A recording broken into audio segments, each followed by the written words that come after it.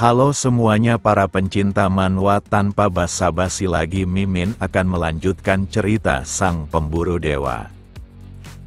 Pada cerita sebelumnya diakhiri dengan 3 orang yang ditugaskan untuk ke Pangkalan Utara demi memburu para orang-orang tak bertuan di sana. Beralih ke markas utama Pangkalan Utara, di mana grup pemburu dewa akan masuk ke sana. Simon tak menyangka jika terdapat pangkalan di dalam gua dan Hana menjawab jika pangkalan ini untuk memulihkan sebuah tambang. Dulunya tempat ini merupakan salah satu markas yang paling banyak dihuni. Seperti dugaan Kuit jika fasilitas di tempat ini masih utuh, tapi tidak ada siapapun yang tersisa. Katie merasa tidak asing akan tempat ini, tapi dia tidak dapat mengingatnya dengan jelas. Langkah awal Hana meminta Simon untuk mencari tempat istirahat untuk Dail yang masih tak sadarkan pasca menggunakan kekuatannya. Sementara dirinya dan Kuit akan ke ruang kendali untuk menghubungi Pangkalan Timur terkait apa yang terjadi. Beralih ke markas timur di mana Walter mendapatkan laporan jika sebuah panggilan dari Pangkalan Utara telah masuk. Saat berada di depan layar monitor, Hana ingin menyampaikan sesuatu dan Walter malah menanyakan apakah terdapat hal yang lebih mengejutkan. Ucapan itu membuat Hana terdiam karena dia baru ingin mengabari tentang apa yang terjadi. Walter menegaskan jika Pangkalan Utara telah dikorbankan dalam ritual turunnya seorang dewa dan Balair telah menjadi dewa di tempat suci. Semua laporan telah masuk hingga ke detail terkecil sekalipun. Namun Walter harus terkejut karena Hana belum mengirimkan laporan itu, tapi semua yang dikatakannya benar apa adanya. Dilihat dari rekam jejaknya, sepertinya laporan itu dikirim lebih dulu di hari di mana ritualnya berlangsung. Dia tak mengerti kenapa para dewa mengirimkan hal ini, seakan mencoba membantunya. Lalu Kuit menyela dan menyebutkan dugaannya di mana informasi itu bisa ditafsirkan menjadi 2 arti. Hal ini juga menunjukkan jika pangkalan para manusia tak bertuan bukanlah zona aman lagi. Sekarang retakan-retakan muncul di permukaan bulan sebelum akhir perang.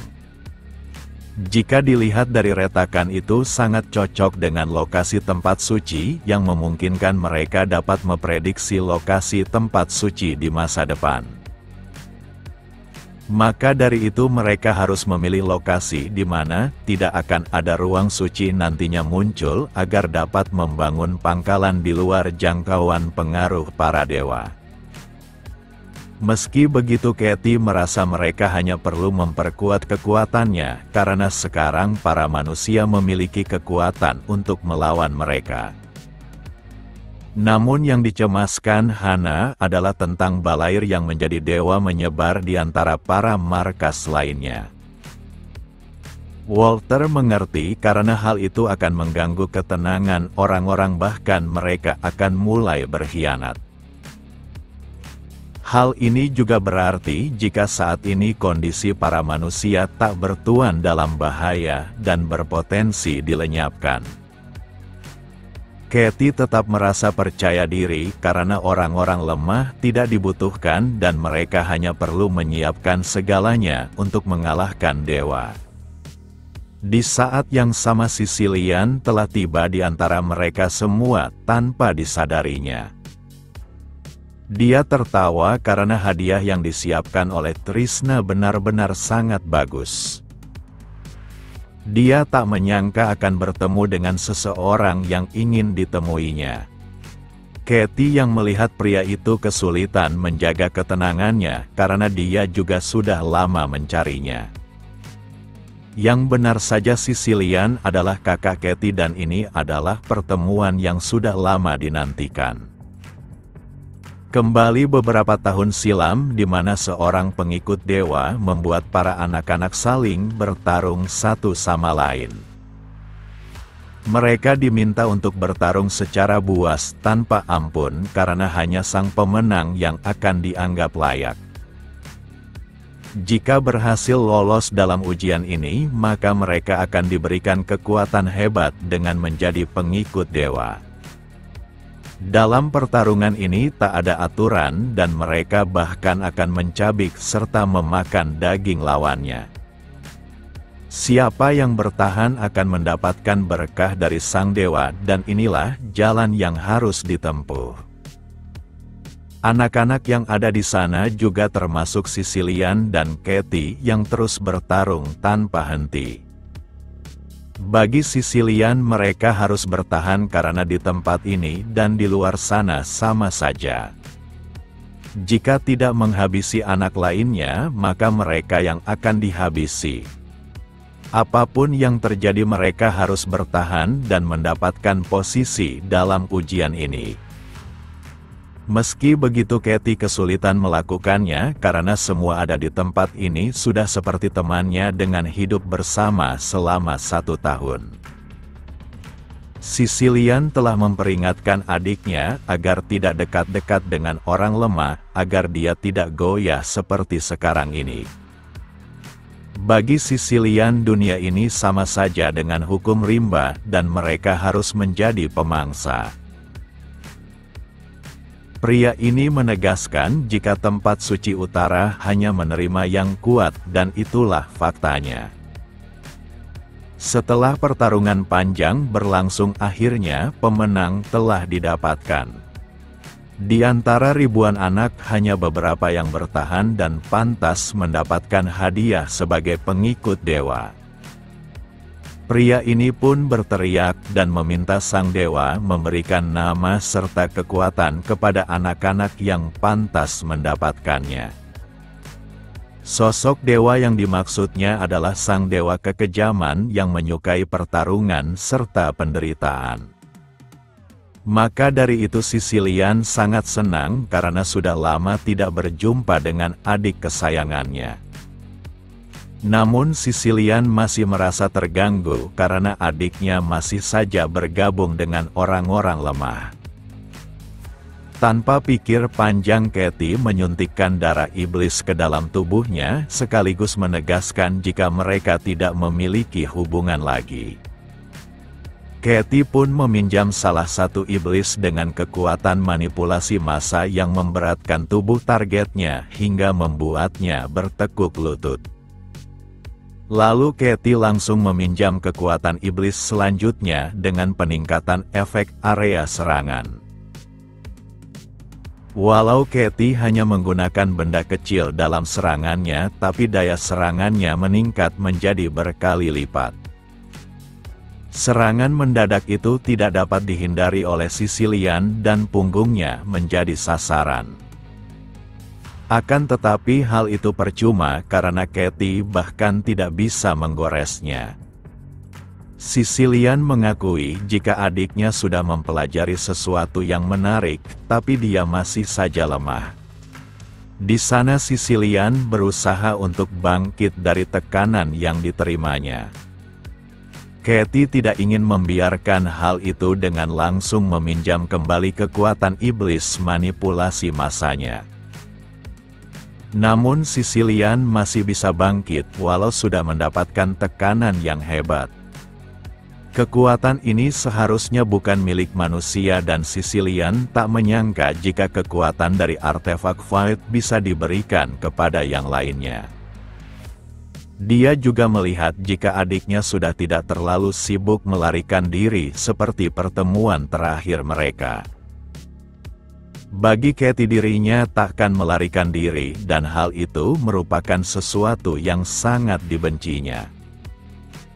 Di sela itu Hana telah bersiap di belakangnya dan meminta Katie untuk menyingkir. Hana sangat kesal karena orang-orang yang mengorbankan kemanusiaannya demi mendapatkan kekuatan sangat tidak pantas mengatakan hal itu. Dia ingin melihat apakah tubuh Sicilian masih bisa bertahan dari serangannya. Akan tetapi sebelum melakukannya, rekan Sicilian datang dan langsung menebas tangan milik Hana. Pria ini menganggap pengisian daya dari Hana terlalu lama hingga musuh dapat memanfaatkan hal tersebut. Walau tangannya terpotong, tapi hal itu bukanlah sesuatu yang membuat Hana khawatir. Di mana tangan kanannya memiliki pemicu bom yang ada di jantung Dail, karena para dewa tidak boleh mendapatkan artefak Faed. Kemudian Sicilian meminta Rain untuk mencari artefak Faed karena dia mungkin saja berada di tempat ini juga. Hanya saja Rain sudah mencari di bangunan sayap kanan, tapi tidak siapapun di sana. Di sela itu koneksi Walter mulai terputus dan dia mengucapkan kata terakhir agar para pemburu dewa menghentikan mereka bagaimanapun caranya. Sementara itu rekan lain Sicilian bertemu dengan Simon yang membawa Dail. Dengan ini maka Nadira sudah menemukan apa yang diinginkan oleh para dewa. Lalu Sicilian menyuruhnya untuk membawanya tanpa menghabisinya. Sementara dia akan membawa adiknya meski harus memaksanya.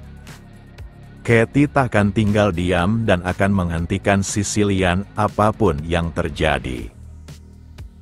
Kuit yang mendengar ucapan itu mencoba menghentikan itu agar Katie tidak menggunakan kekuatan iblis ketiganya. Kali ini iblis yang akan digunakannya adalah iblis tingkat 1. Cara terakhir bagi anggota unit pembasmi dewa mendapatkan kekuatan itu adalah menyebut nama iblis yang belum dijinakkan. Sebelumnya hal itu bisa dilakukan dengan menggunakan organisme buatan, tapi sekarang Katie harus menjinakkannya secara langsung dalam alam bawah sadarnya. Jika berhasil maka iblis itu akan merasuki tubuh Katie layaknya seperti yang dilakukan oleh Dail. Kini sang iblis itu berada di depannya dan jika berhasil maka dia akan memberinya sebuah kontrak yang tidak tertolak.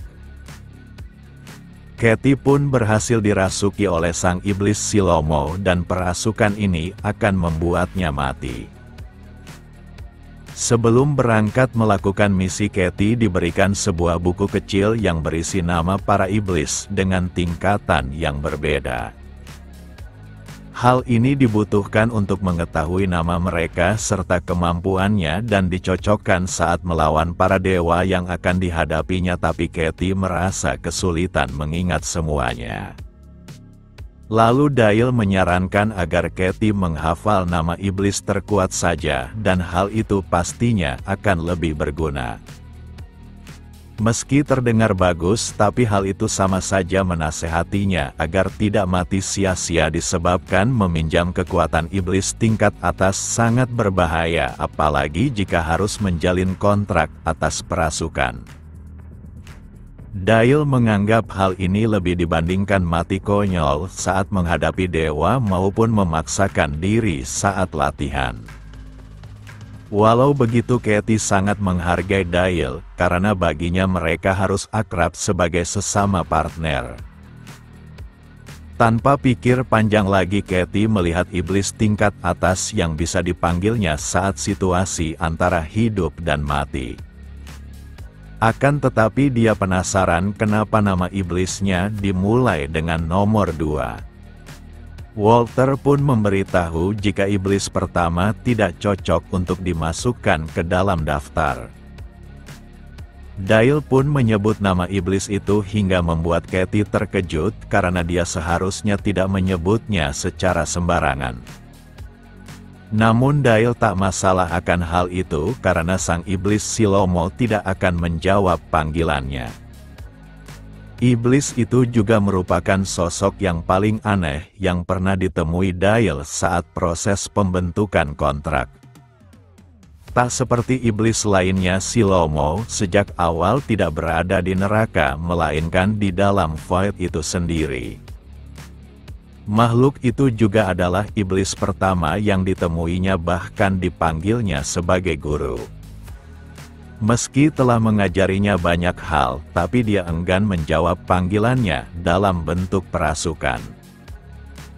Semua itu disebabkan Silomo hanya akan memenuhi panggilan seorang wanita dan dia sudah lama menantikan hal ini.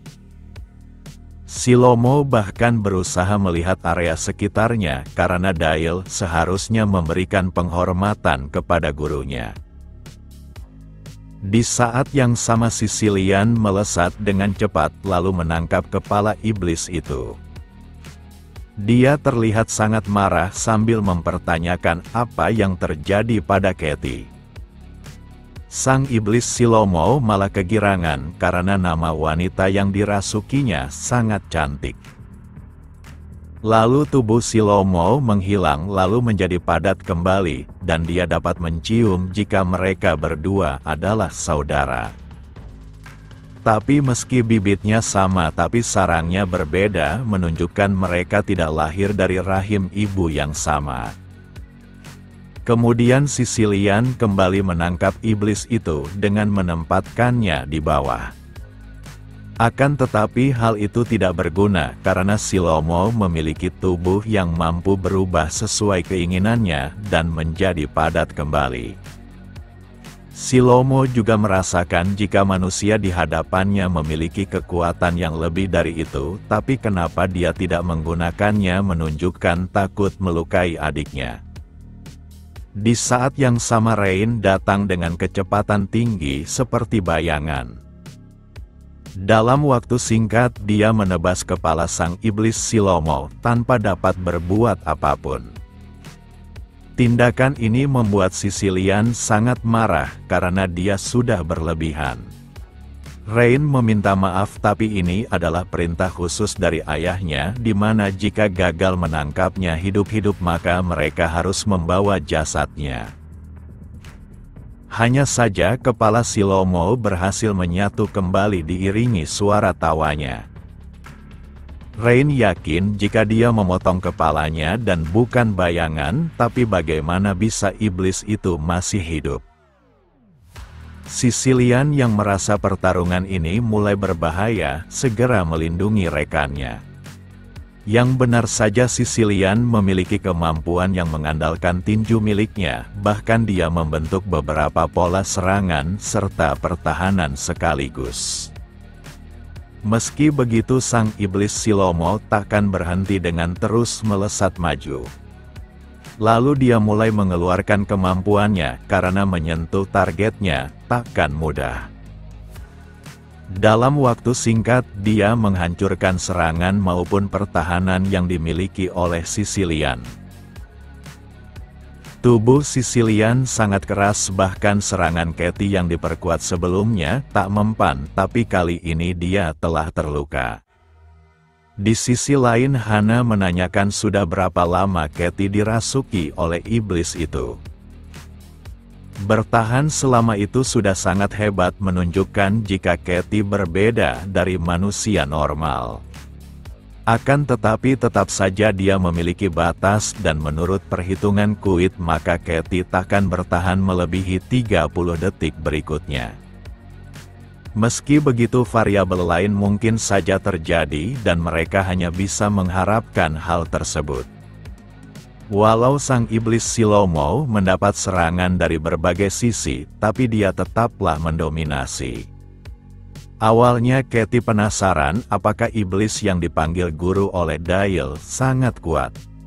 Namun Dail menjawab jika gurunya hanyalah iblis tua yang lemah, tapi dia mempunyai satu kemampuan yang menyebalkan. Sang iblis ini sudah lama berada dalam artefak Void, tapi akhirnya dia bisa bersenang-senang.